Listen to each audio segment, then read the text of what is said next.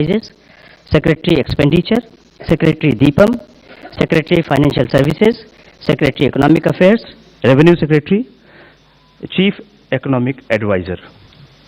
Friends, first the Honorable Finance Minister will make her opening remarks. Thereafter we will take some questions.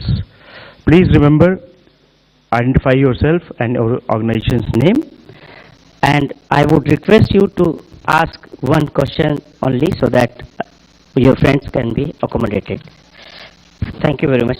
Over to Honorable Finance Minister. Good afternoon.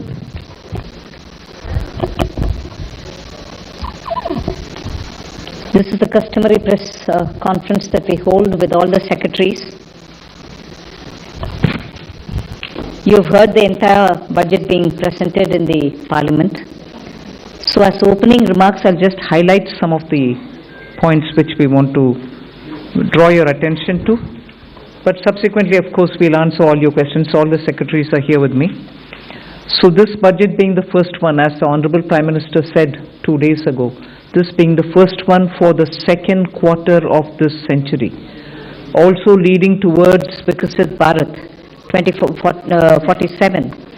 We are laying the path and giving a push to the economy to maintain the growth momentum, and for that growth momentum or sustained economic growth which we want to ensure, primarily we are looking at building the ecosystem with structural reforms which will go on. Reforms are being carried out. We are continuing to do the reform activities. It will continue with an aim to make sure that we create enough environment for improving productivity and making sure employment is generated. Also, technology, 21st century, this century is completely driven by technology. So we will ensure that technology is brought in to benefit the common man, to make sure common man benefits in the sense of ease of doing living, or for his business to prosper, or for farmers for greater productivity, or better logistics, whatever. So technology for benefiting every common man. And above all, with all this, inclusive development. Sabka Saath, Sabka Vikas, and that is why you heard me bringing in schemes which have good allocations for bringing better health facilities, creating a cadre of people, not cadre in that sense, but a bulk of people who can come in as health workers, paramedics and so on, and also making sure we are able to provide dignified opportunities for Divyangjan. Mental health has also received a lot of attention. So these are the side for Vikasit Bharat and making sure Sabka Vikas hoega. But the idea is the advantage and the momentum that we gained since after COVID by increasing public capital expenditure will continue. We've announced that 12.2 lakh crores are coming through public expenditure this time. It is 4.4% of the GDP. I'd like you all to please notice that, which is the highest, at least in the last 10 years. It could even be highest if you were to take data earlier. No increment in capital expenditure, sustained fashion, has happened ever before. This one marking 4.4% of the GDP. Then what are the kind of things which will happen through it? You will have dedicated freight corridors. I've named Dankuni in the east, Surat in the west. Then I've also highlighted that 20 new national waterways, not national highways, national waterways are being planned. And again there, those are going to pass through some of the critical mineral areas. Orissa, where the mineral-rich state, you have the waterways taking it to the port, and the two ports have been identified, Paradip and Dhamra. Similarly, we are also making sure that the coastal cargo movements will be enabled through a cargo route, so that through the coastal area we are able to cut down on cost of movement of goods. City economic regions, developing them is a very big new measure that we are coming up with. And for that, an allocation of 5,000 crore per city economic region. Imagine the amount, 5,000 crores in 5 years, 1,000 crore per year per city is being given, and the emphasis is going to be largely on tier 2, tier 3 cities.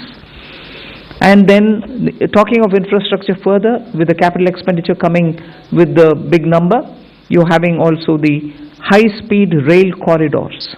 7 of them announced, the destinations are clear, so that they become the bridge for all these economical robust centers. So those are for making sure that the infrastructure and the capital expenditure are getting tied up, and the country benefits from the ripple effects that these can bring in. The 7 strategic and frontier sectors in which we've highlighted that will increase productivity and also have new investments come in and give emphasis for India's own brand on those things is on the biopharma sector. I think that's going to be a big...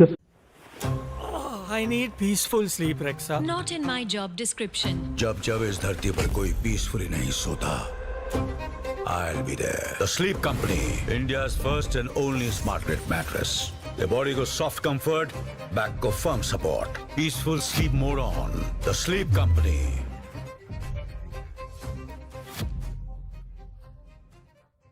That India's lead in the pharmaceutical sector should be kept intact, but at the same time bring in newer ways of helping the pharma sector, and also because it has an impact on human health. Semiconductor mission had 2 major announcements that will improve the India stack and also the IP related matters. Electronic components manufacturing scheme for 40,000 crores is a major encouragement for electronics to become self-sufficient. We have also announced establishing rare earth corridors so that India can face and be able to meet its own requirements with its materials. So once we identify and are able to explore these minerals and process them, make them available for us, our dependency on external sources for bringing in the rare earths will be lesser, and we've identified the states where we want to establish this rare earth corridors. They are going to be in Orissa, Kerala, Andhra Pradesh and Tamil Nadu. So these are very important developments, and they are going to have multiple decadal impact on the Indian economy. Our dependence on magnets and rare earths will be brought down. 3 dedicated chemical parks, again for reducing our import dependence. High-tech tool rooms for research, that will be set up in 2 locations. Very important thing is about the construction equipment being imported. That could be for building tunnels or metros or high energy and also heavy duty equipments which we are relying on imports. We want to manufacture them in India, and that is why I said, how does it affect a common man? It affects because firefighters today have novel, new, big ticket and small, very small firefighting tools and weapons or equipment. We don't have them in this country. That's why if there is a fire accident in some very congested area, our equipments are not able to reach those points, whereas there are equipments which today are produced abroad, which can navigate those small corridors and go save people's lives, whether they are huge ones, all of which we want to make sure that we will have production in this country itself, whether they are tunnel boring or anything else. From small to big, we want to bring in those very impactful infrastructure into India. So we'll support domestic manufacturing. Then container manufacturing is another which we'll support. I think I've gone in detail talking about the textile support in various forms. One very important announcement was made, Mahatma Gandhi Gram Swaraj initiative, which will make sure khadi, handloom, handicrafts will all be brought in, and one district, one product will all be brought in this initiative, and we'll be able to support rural artisans, rural workers and handloom weavers in those areas. Legacy industrial corridors have got saturated manufacturing happening there is now very constricted because they are not able to bring in newer robotics and others. So we want to upgrade these legacy industrial clusters so that they become competitive and efficiency comes into these places. Even more important is the champion MSMEs, small and medium industries, entrepreneurs, MSMEs, who are going to be given all the supports, and three-pronged approach is being taken up there. We are giving equity support, we are giving also liquidity support, above all professional support for them, so that MSMEs, the equity support is supported by a 10,000 crore SME fund, growth fund. Above all, we are also topping up the Self-Reliant India Fund with 2,000 crores. So MSMEs should not feel any dearth of resources for equity. Similarly, they shouldn't feel any difficulty for liquidity in their hands, because the TREADS platform will now be treated almost as a backed up, security backed up instrument with which they'll be able to discount and get their monies. For professional support, we're working with the chartered accountant and cost accountant institutes so that they can create corporate mitras who can help these MSMEs in filing their returns, doing their accounts, and so on. Above all, for youth and training, there's so much. You've heard the speech, so I won't want to take your time on it. High-powered education to employment enterprise, standing committees being formed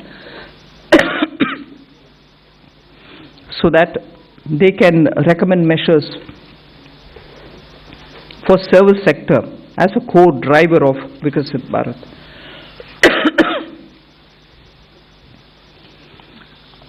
Part B concentrated a lot on tax and related concessions that are being offered. More importantly is the process simplification which has been announced. So elaborate measures have been taken. You will be able to also seek clarification if you want. New export opportunities for fishermen who can go into the economic India's zones, high seas, and also assess and access the global markets. The one very touching, and I really was moved by this proposal, is where we have identified 17 drugs or medicines which are going to be basic custom duty exempt, which are important for cancer patients. Similarly, 7 more rare diseases are added to the import exemption list of the import duties. Baggage clearance and personal items which you bring in when you travel are all being given enhanced duty-free allowance. Besides that, there are quite a few direct tax and indirect tax proposals. Decriminalizing the penalty proceedings and support to the IT sector are some of the high points. As an opening remark, I'll conclude here. I'm sure you'll be able to ask questions and seek clarification. Thank you for coming. Thank you, ma'am. I'll start this question, taking the questions. First question is 17. 17. Good afternoon, ma'am. Shishir here from Hindu Business Line. Ma'am, my question is that under the miscellaneous capital receipt, the provision is 80,000 crore rupees, and last year the provision was 47,000 crore, which has been reduced to 37,000 crore rupees now. Does this mean that there will be more equity monetization this year, or there will be more focus on the asset monetization of CPSEs? So you've got it rightly. The intent is that we will have a very strong asset monetization plan in place. Last year, ma'am had announced in the budget that there will be a pipeline prepared, which is being done. So we hope to reap the dividends from that.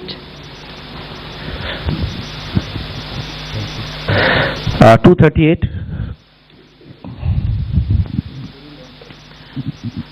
Ma'am, Timsi Jaipuria, this side from CNBC TV 18.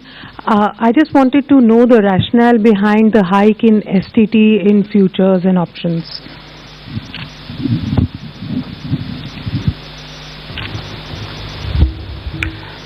So, First of all, I believe some confusion. In fact, the question that you have asked rightly reflects the announcement itself, that the only change made in STT is in the future and options. All the other STT rates remain the same. The primary objective of raising the tax rates on STT has been that it is felt that when you look at the volume of transactions in futures and options,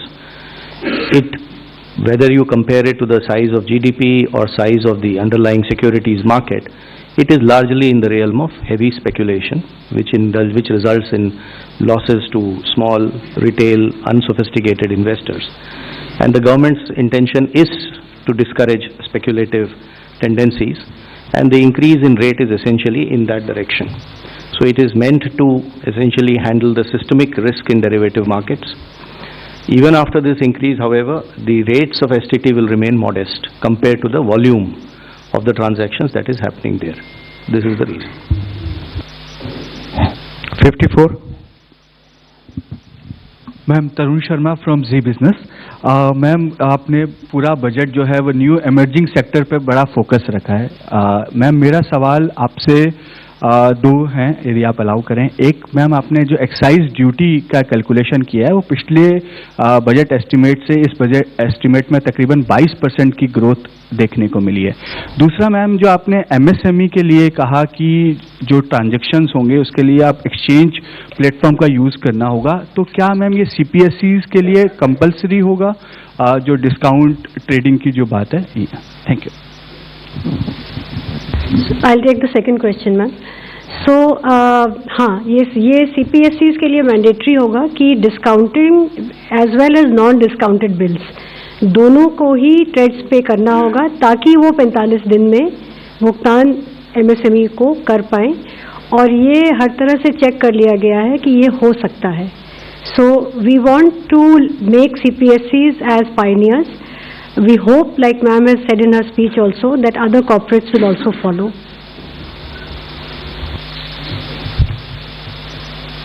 On exercise.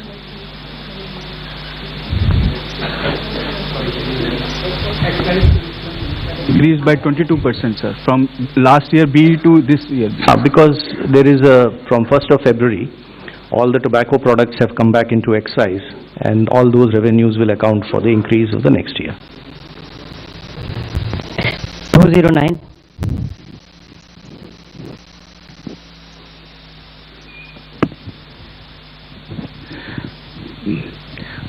Ma'am, Prakash Priyadarshi from ET now. The budget has announced restructuring of PFC and REC. What will this restructuring look like? And does this also mean that these NBFC will be merged going forward?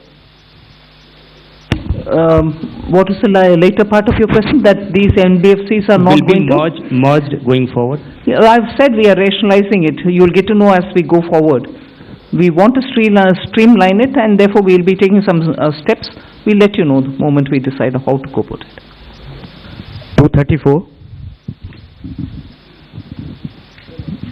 Hello ma'am, Harsh Kumar from Business Standard. Ma'am, two questions. One is, you said that a high-level committee will be formed on the banking reforms in order to 2047. Are we going further for any kind of merger or something, since government is continuously saying that we need at least two of the big banks, in at least of the top 20 banks. So are we going towards that? No, first of all, when I say that it's going to be a high-level committee which is going to look into it, the terms of reference will be prepared, and we are looking at committee to go into the entire expanse of the banking sector so that they come up with recommendations which help us to plan for banking for 2047. We need, by the time we become a Vikasit Bharat, 2047 is our goal. We need to understand what are the other steps that we need to take in the banking area, and based on the recommendations, we'll go forward. But we have the Secretary, Department of Financial Services. We'll ask him to also give us, please. Ma'am, I think you have rightly responded. There are large number of aspects relating to the banking requirement. For example, the credit to the GDP, commercial credit to the GDP ratio low. and the expansion of the banking network, and what kind of procedure currently we have that is impeding the both the deposits as well as credit. All those aspects will be looked at by an expert panel committee, and well, we will definitely have TOR, and then also consult the all the stakeholders, and the government will take a view on how to lay strong foundation for 2047 Viksit Bharat. Ma'am, one more question. 229. Left side, yes. Ma'am, Premangshu from Ananda Bazar Patrika. Ma'am, have you consciously avoided announcing any bonanza for the poll-bound states? And secondly, can you elaborate on this East Coast Corridor, industrial corridor you announced? See, the industrial corridors are very critical for supply chains. We need a predictable mineral, rare earth and magnet related products to be made available for India's manufacturing. Whether it's lithium ion, whether it's automobile sector, whether it's the new age solar, you need these rare earths to be processed and be made available. We have enough raw materials. The coastal areas are rich in these minerals, and therefore states also felt, I must credit that the interaction that I had with the finance ministers pre-budget, many states felt that there are rare earths which they can utilize. We then sat up in the budget group that we have, Revenue Secretary, DFL, Secretary DA, and thrashed out, talking with the states. What are the kind of things that we can do so that their capacities to extract these minerals, process them, make them something which the industry can benefit from. So India can be less dependent on imports of these materials. That is where, having spoken to states, we thought it's very important to recognize the corridor and give a policy for it so that industries can invest, private sector can come in, governments, state and center can come together on it. That is where these corridors were announced. And looking at the success of the defense corridor, I can confidently say these rare earth corridors will make that big a difference to the Indian economy. The first question, I think there's enough to cover all the election states. If I do, you will ask me, why have you done it only for the election states? Now I've done it for election and non-election states as well. You want me to spell out what has been done only for the election states? I'm quite happy to do it. 262, front. At the front, please. Here, front side. Front row. Good afternoon, ma'am. Sapna Das here from CNBC TV 18. Two quick questions. Just wanted to understand the gross borrowing at over 17 lakh odd crore. Does the government look at it as being on the higher side? Just asking that. And within that also, if you look at your net tax revenue stream, of course, B to RE it's higher, and a lot of concessions have been given away both on direct and indirect taxes. But the trend seems to be a bit flat, around 28 lakh odd crore. So if you could explain to us, how is this entire thing looking? And second, ma'am, in terms of the disinvestment aim, 80,000 crores, would this also include IDBI stake sale sometime in FY27, ma'am? Thank you very much. So you've covered a number of secretaries all at one go. So on the borrowings, no, we don't think it's on the higher side because the net market borrowings are in the range of 11.73, which is been plus around that number for the last couple of years. The larger number is because we have 5.5 lakh crores which have to be repaid this year.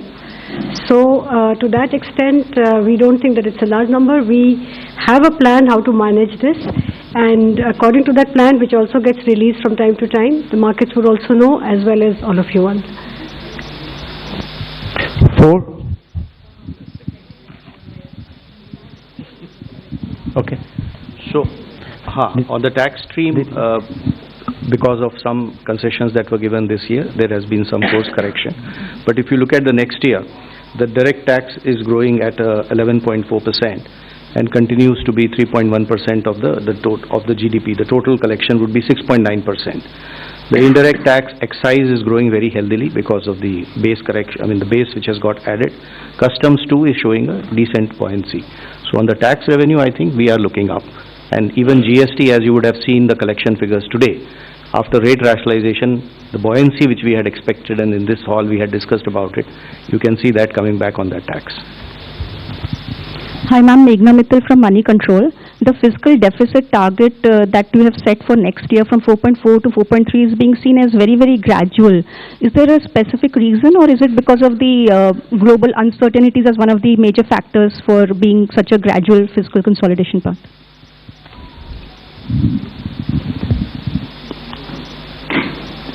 I would have thought you'll appreciate it being gradual. Because particularly fiscal, drastic changes don't go down well. One or the other section gets hurt. We will have to be gradual, but yet keep it well within that band which gives confidence, and to show that we care for fiscal prudent management. There's no point in me dropping it to, let's say, 4. It has to be steady so that the economy goes in a steady speed. So it is a responsible number and realistic number. It's not as if I wanted it to be so gradual. It is a responsible number. We should achieve it and equally not bring in any kind of turbulence anywhere. Thank you. From the center flank, 190. Thank you, and congratulations on a very comprehensive budget. Before you start, I was going to look at PIB and say this side is being ignored. Yes. But good that he called you. Thank Come. you. I'm Aprajita Saxena from CNBC International in Singapore. I'm very curious because you In the ₹9 workshop that you're providing, what all do you cover? In ₹9, you will learn how to automate your reports, how to automate your presentation, how you can create entire applications without having any coding knowledge. And not only that, you will be also learning how you can work with AI agents as well. And all of this in just 3 hours. Just imagine. Wow, that is amazing. But there's so much to learn and you're charging only ₹9. People are going to think that's a scam. Is that true, or like how do you go about that? So you need to understand why do we charge ₹9, right? So we want to make it democratized. As many people as possible should be attending it. So I don't want price to be gatekeeping for them in order to like take their first step towards GenAI. So that's why we have kept at ₹9. Okay, that is great.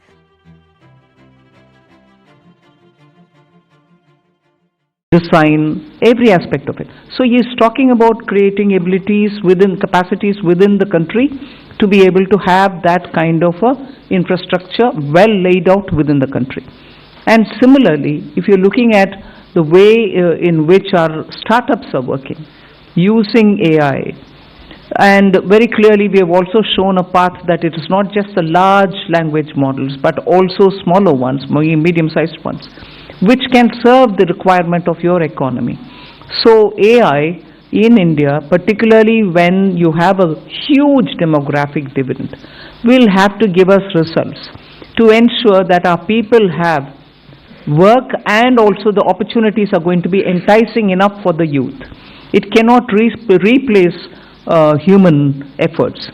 So we are at the same time redefining for ourselves, if I may use that expression, on how to use AI, what is the capacity that we have to create, the kind of infrastructure that we have to lay in the ground for it.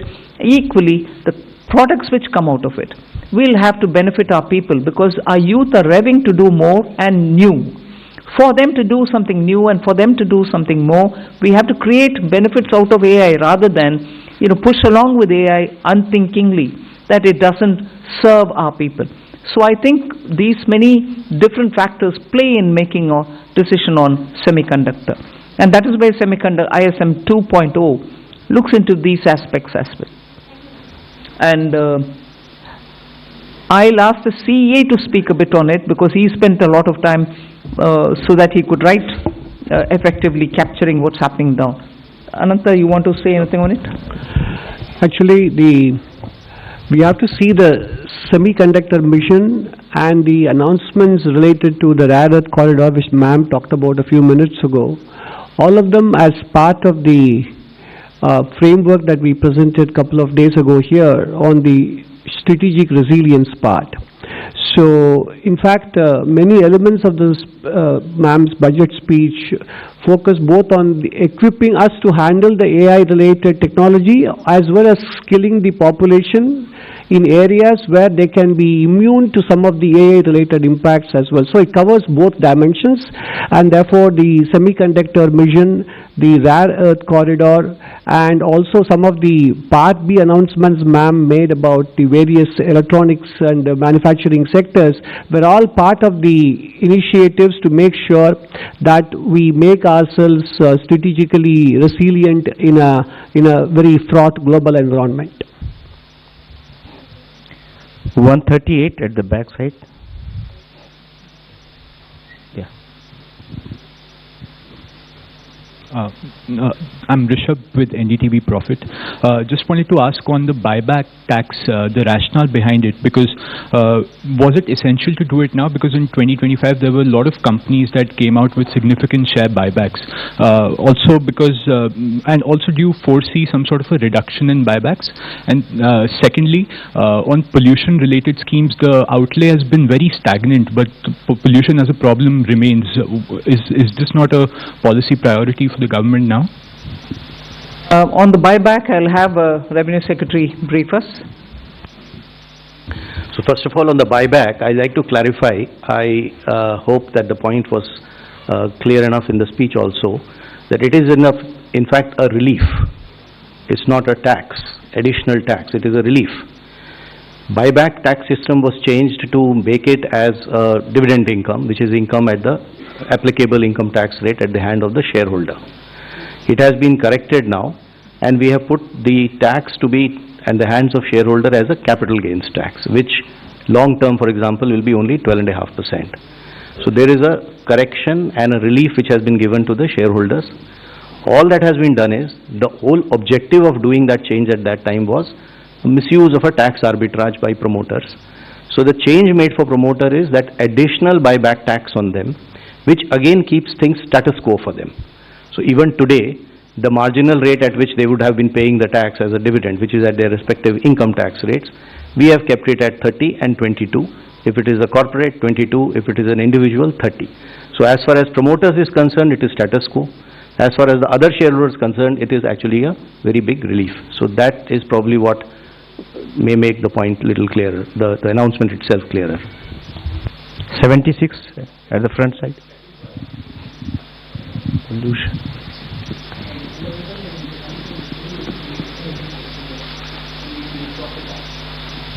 So pollution is a priority with government, and not everything has to appear at the budget speech is how I would put it, ma'am. So we are working with many state governments on projects related to air pollution, even water pollution.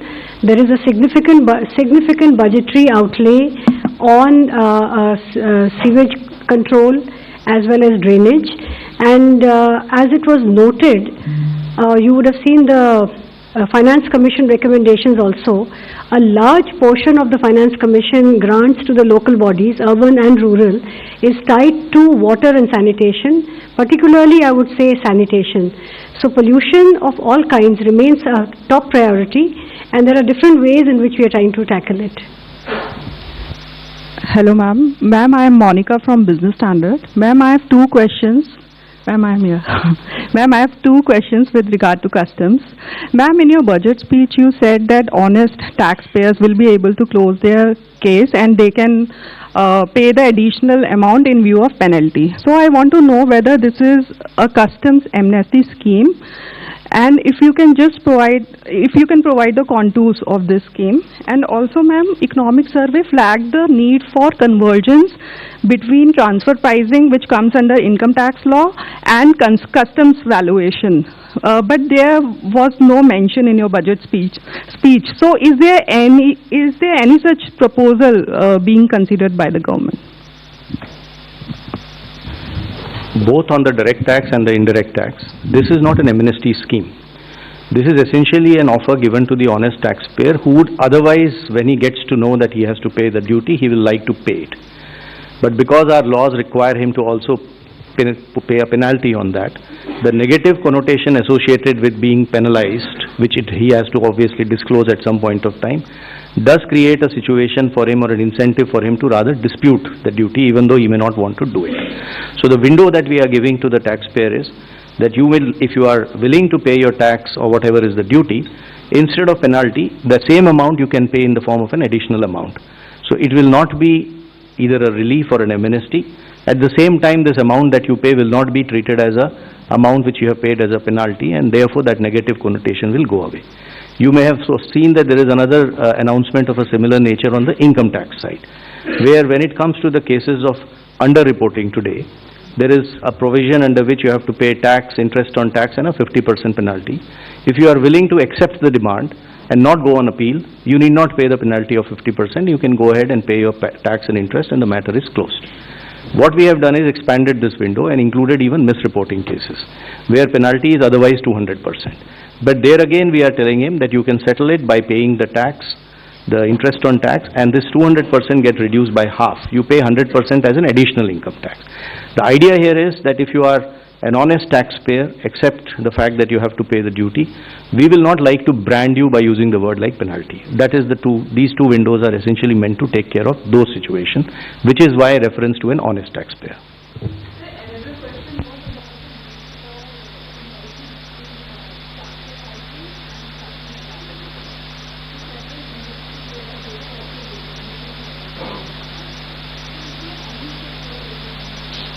Yeah, we are examining that separately.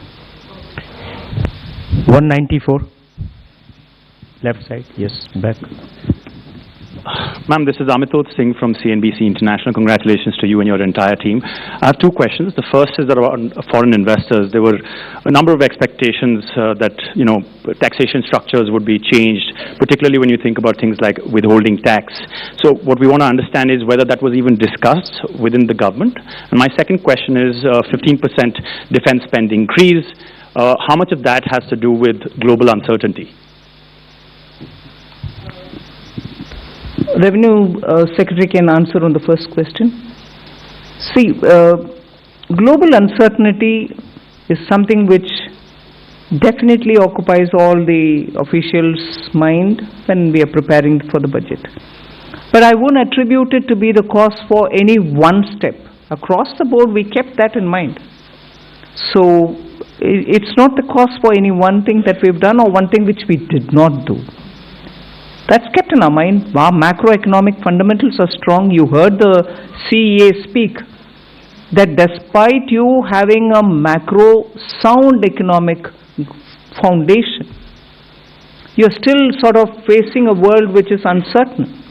And therefore, when currency, Indian rupee versus the dollar becomes an issue, you have done everything within the country to make sure your fundamentals are fine. But uncertainty globally is affecting on many grounds, and we are seized of it for everything that we do, not for one particular thing, but ours. Yeah, I think today we need to look at what has been announced in the budget. So we would rather focus on that, because there would obviously be many of the issues which would be discussed and deliberated. But what has come out for you before in the budget is what is there, and we should probably focus on that. And if you saw that there are many announcements, especially which are addressing the needs for attracting investment in India, bringing more certainty, both for the residents who interact with their related parties as well as for the non-residents who otherwise do business here. There's a whole host of those announcements. You would appreciate that what, for example, has been done in IT services is a change which is completely, and it's a fully comprehensive change, which practically will take care of just about 30 companies need to now sign APAs. The rest, all 11,000 odd, will be covered under one or the other system of certainty of taxation, either through safe harbor rules or through the APA agreements. So this has been a major change. In specific sectors where we felt that the residents needed certainty, we have provided that, whether it is in the data center, whether it is in manufacturing, electronics, even for the expats, if they are going to stay here, the experts, for a longer time. On the data center, I just thought I'll take this opportunity to clarify, because there was some speculation about what has been done. The thought process in this is that a global entity which is providing kind of cloud-based data services uses data centers all over the world to provide services to the customers. So it is very difficult to connect one-on-one as to which data center has resulted in what type of revenue. So the international entity of this nature would like to set up data services centers in India, which is a net economic plus for us because it adds to that scale and level of economic activities. It has strategic purpose too. So the arrangement we have done is, just because that entity will set up data service centers and will use this as one of the many to provide services globally, should not become a cause of uncertainty for it that its global income will get taxed here. So that is the certainty which we are giving to it. Quite naturally, the data service center which is located in India will be taxed depending on the way it is positioned, and that entity will be selling its services to customers in India through a reseller entity which again gets taxed. What we are excluding from taxation is this global entity, which is essentially doing cloud-based services, using data services centers across, and we do not want it to be deterred from enhancing its business footprint in India to provide such global services. I'll just come in to add to that point on foreign investors, to point out one or two points on the Part A side also, which are important. One is that this was this ask from AIFs for a very long time, that most AIFs in our country are formed as trusts. Their request had been for a pretty long time to consider if the LLP Act can be modified and amended to align it with the functional requirements of AIFs. So that has been announced today, which is a very big move forward, as it will allow them to, the amendments are going to be of such a nature that by becoming LLPs, first of all, the liability will get limited. And then there are going to be amendments which will also allow for document filing rationalized for entry and exit of partners, and similar such things to make it easy for the AIF partners. So that's one of the announcements today. The other was the announcement on the PROIs and the relaxations given therein of how much they can invest in a company individually and together. So those limits have been significantly enhanced, and all of it has been rationalized in line with OCIs and NRIs. Other than that, the FEM NDI rules, we intend to review it for two things. One is, again, we are continuously in touch with investors. There are asks over there. So instead of doing it one by one, this shows the intent of the government to actually reach out and address the world which is interested in investing in India and make it easy for them to do so. 214. Ma'am मैं आलोक प्रियदर्शी हूँ CNBC आवाज़ से।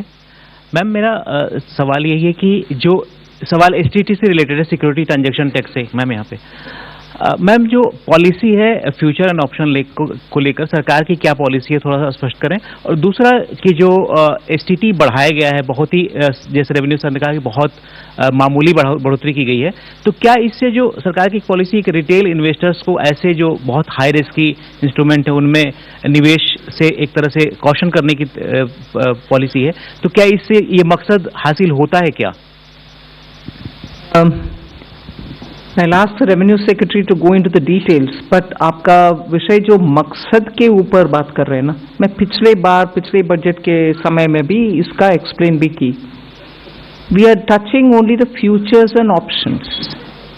STT otherwise बाकी सबका transaction के ऊपर कोई नहीं किया, मगर जहां स्पेकुलेशन, हिंदी में सट्टा बोलते हैं, स्पेकुलेशन ज्यादा और समटाइम्स हाईली रिस्की, क्योंकि हमें मैसेज आता है लोगों से कि इधर बहुत लॉस भी फेस कर रहे हैं लोग जिनके हाथ में इतना एक्स्ट्रा पैसा भी नहीं है जिससे वो स्पेकुलेट कर सकते हैं।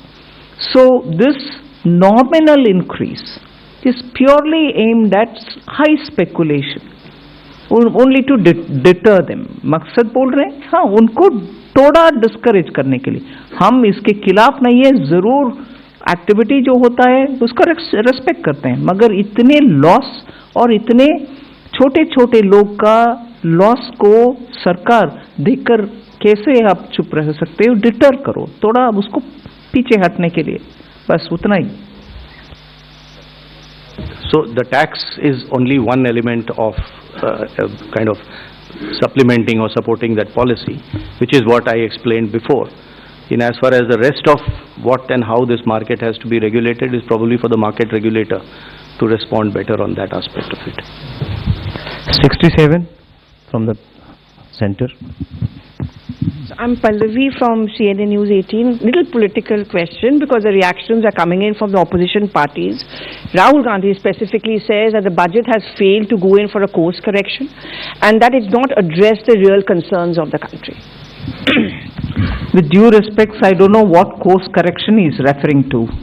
Economy and its fundamentals are strong.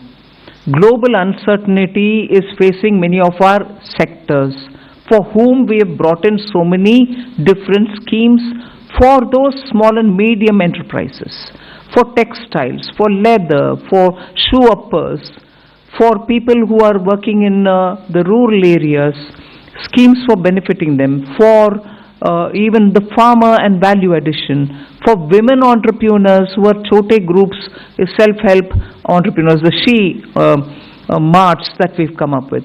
These are ways in which we are reaching out to the common small people to make sure that they don't have to face, big changes in their life because of any volatility coming from outside. They could be contributing to exporting small things, but different uncertainties can affect them equally. Many of them have been shown as successful because you see when you go there, Lakpati Didis is a fantastic difference made to women in the rural areas. Now we are bringing them together to sell their wares. Are these not measures through which we are reaching out for the poor, the small, those in a different difficult terrain or in rural areas? And with all this, the fundamentals of the economy remain strong, and that has come out even in the economic survey. So, well, politically you want to criticize, you're welcome, please do it.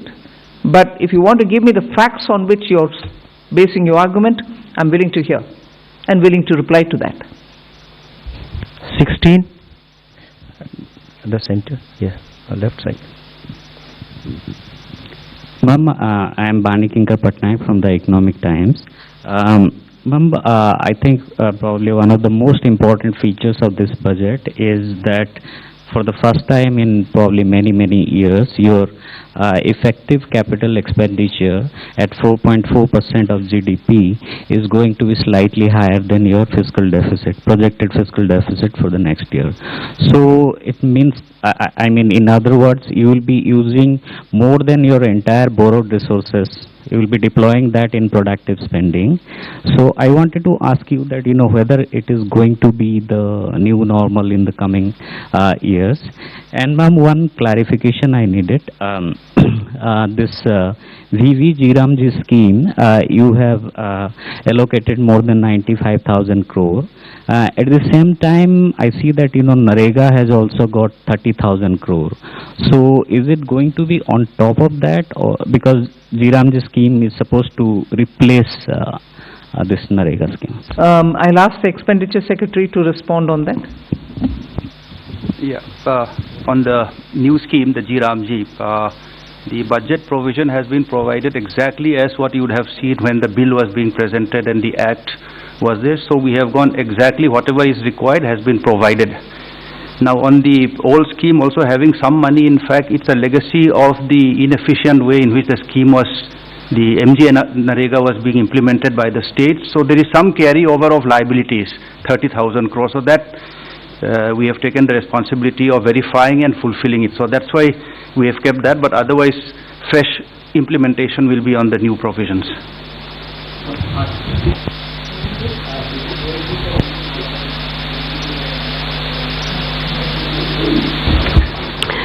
I would say that the fact that we have an annual budget means that we review everything annually. So I will leave it at that time. We have done our fiscal math, and I think we come with a certain credibility on the fisc that we are confident of meeting, and while adhering to our commitment to higher capex. And fiscal deficit financing, as we have always done, is through a mix of market borrowings as well as NSSF. So that will continue. So there's not many major changes like that. Thank you. 37 at the back, yeah. Hi ma'am, this is Shrimi Chaudhary from NDTV Profit. Just wanted to understand that this one-time foreign asset disclosure scheme, how that will be different from the similar scheme in the past, and if you could elaborate a contour of that, and also is there any estimation of undisclosed foreign assets being done by the department? So this scheme is meant, first of all, for small taxpayers. There is a ceiling of the amount that can be disclosed. This window was provided for the first 3 months when the Act was brought in, the BMA Act, and that time people utilized it. What has been found is that there are many small taxpayers who, because of their ignorance, etc., have not been able to do proper disclosures.